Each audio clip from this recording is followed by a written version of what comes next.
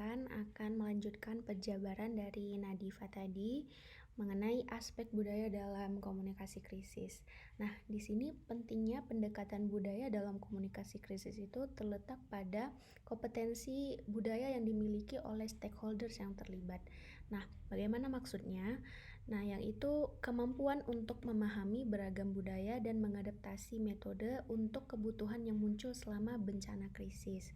Nah, di sini kompetensi budaya yang dimaksud itu bisa membantu dalam memahami kerentanan budaya, mengembangkan rencana intervensi khusus, dan memanfaatkan metode yang tepat untuk mengatasi krisis.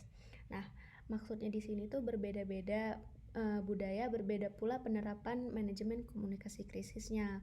Nah, sebagai manajer komunikasi krisis di sini dituntut untuk bijak dalam melihat perbedaan budaya dan pengaruhnya dalam mengatasi krisis, sehingga strategi dan metode yang diterapkan akan dapat lebih tepat sasaran.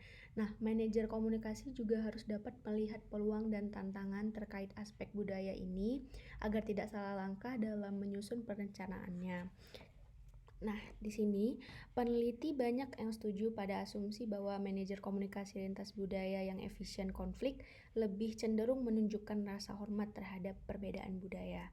Nah, perbedaan budaya dapat mempengaruhi pekerjaan manajemen krisis.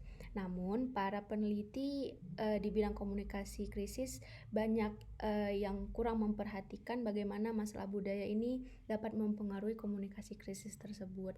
Nah, sebagai contoh ada perbedaan budaya antara Amerika dan Cina.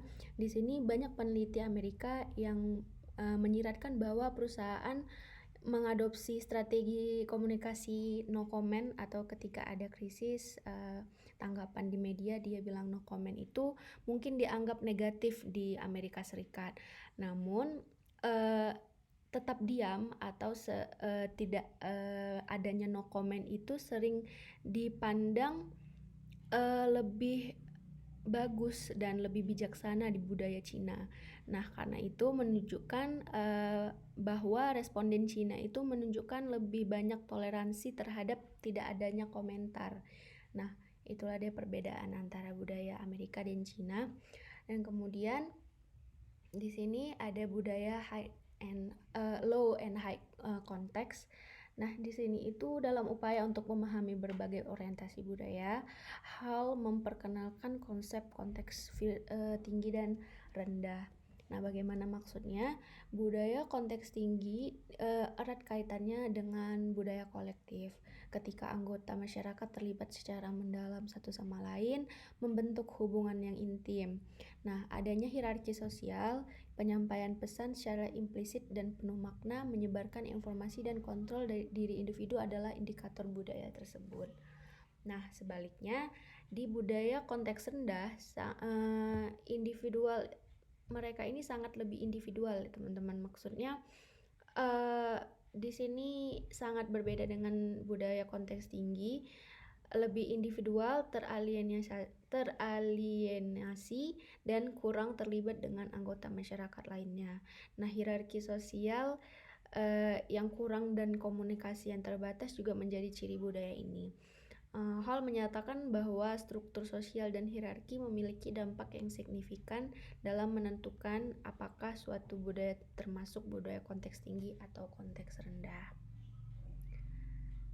Nah, di sini saya akan menjelaskan juga mengenai cultural dimension. Nah, jika ingin memahami budaya itu terdapat 5 pembagian budaya menurut Grid Hofstede. Yang pertama adalah power distance, individualism and collectivism, masculinity and femininity, dan uncertainty avoidance. Serta yang satu laginya itu Confucian dynamism atau yang biasa juga dikenal sebagai long term orientation versus short term orientation. Nah, satu-satu saya akan menjelaskan dengan singkat mengenai yang pertama power distance. Nah, power distance di sini itu secara positif terkait dengan rendahnya kepercayaan warga terhadap otoritas dan ketidakpercayaan semacam itu lebih mungkin memicu konflik akhirnya antara organisasi dan publik. Nah, Jika power distance yang high, itu hierarki dan ketimpangan kekuasaan dianggap lebih, para atasan itu diharapkan lebih tinggi derajatnya daripada yang bawahan. Nah, yang para atasan itu lebih diharapkan untuk merawat bawahannya, dan sebagai gantinya bawahannya juga berutang ketaatan, kesetiaan, dan rasa hormat kepada mereka. Seperti contohnya itu kayak budaya militer. Nah, sangat umum dalam budaya ini bahwa senior atau atasan lebih diutamakan begitu. Nah, kalau dari konteks power distance yang high itu contohnya itu ada di Jepang dan Singapura. Nah, namun ada juga power distance yang low konteks. Di sini negara-negara yang jarak kekuasaannya rendah, orang menghargai kesetaraan dan berupaya meminimalkan atau menghilangkan berbagai jenis ketidaksetaraan sosial dan kelas. Nah, kalau yang high tadi dia lebih lebih mengutamakan kelas atas. Nah, namun kalau yang di low ini dia lebih menghargai kesetaraan, nah, dan menghilangkan adanya perbedaan kelas sosial tersebut. Nah, yang kedua itu dimensi budaya individualism dan kolektivism. Nah, maksud dari individualism ini adalah orang-orang dalam masyarakat individualistik. Ya, maksudnya ini yang diharapkan untuk merawat diri mereka sendiri dan keluarga dekat mereka saja. Nah, ini tuh ada hubungannya dengan budaya low konteks tadi ya, teman-teman. Nah, perbedaannya dengan budaya kolektivism yang di sini masyarakatnya lebih kolektif dan menekankan kewajiban mereka untuk lebih melindungi anggota grup mereka, dan bersedia mengorbankan kebutuhan masing-masing dan keinginan mereka untuk lebih kepentingan kelompok gitu. Nah, contoh-contoh negara yang mempunyai yang menganut budaya kolektivisme itu contohnya itu seperti Singapura, Hong Kong, dan Meksiko. Dan saya rasa juga Indonesia ini lebih masuk ke budaya kolektivisme. Dan yang individualistik itu contohnya US, Australia, dan juga Inggris. Nah, selanjutnya di masculinity dan femininity, di sini budaya maskulin maksudnya itu nilai-nilai prestasi, ambisi, kekuasaan, dan ketegasan lebih disukai. Nah, selain itu peran gender pada umumnya berbeda dan saling melengkapi, yang berarti bahwa pria dan wanita itu menempatkan peran terpisah dalam masyarakat dan diharapkan berbeda dalam merangkul nilai-nilainya.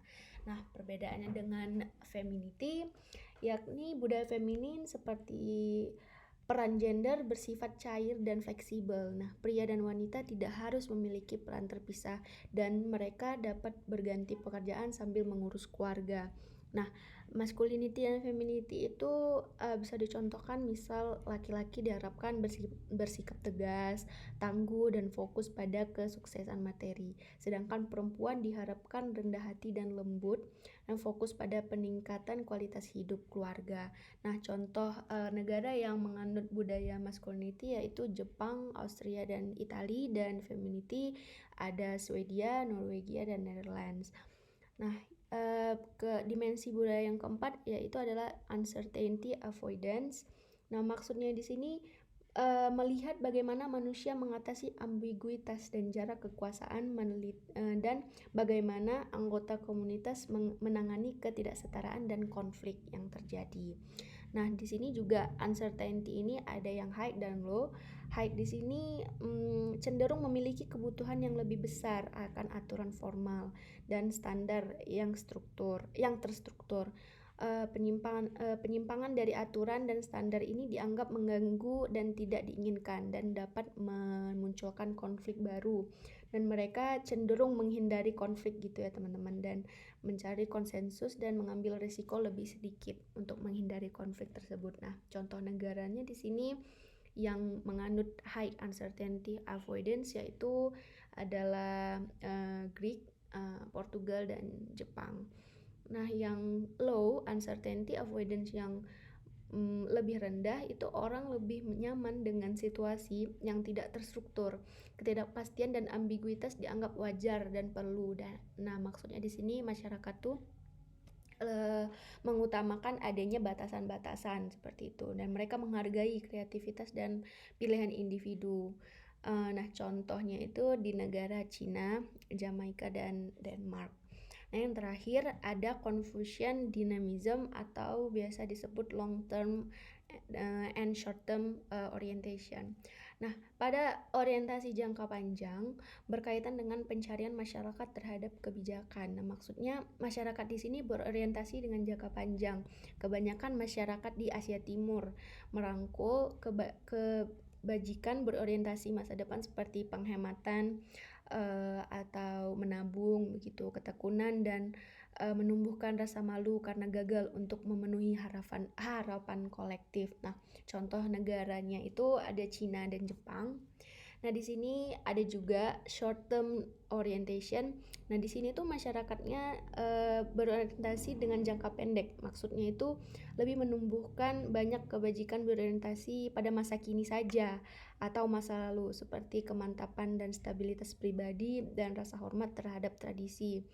Nah, di sini contoh dari uh, short term orientation itu adalah negara US dan Kanada. Nah, selanjutnya mungkin akan dijelaskan lagi oleh Nadifa. Terima kasih teman-teman.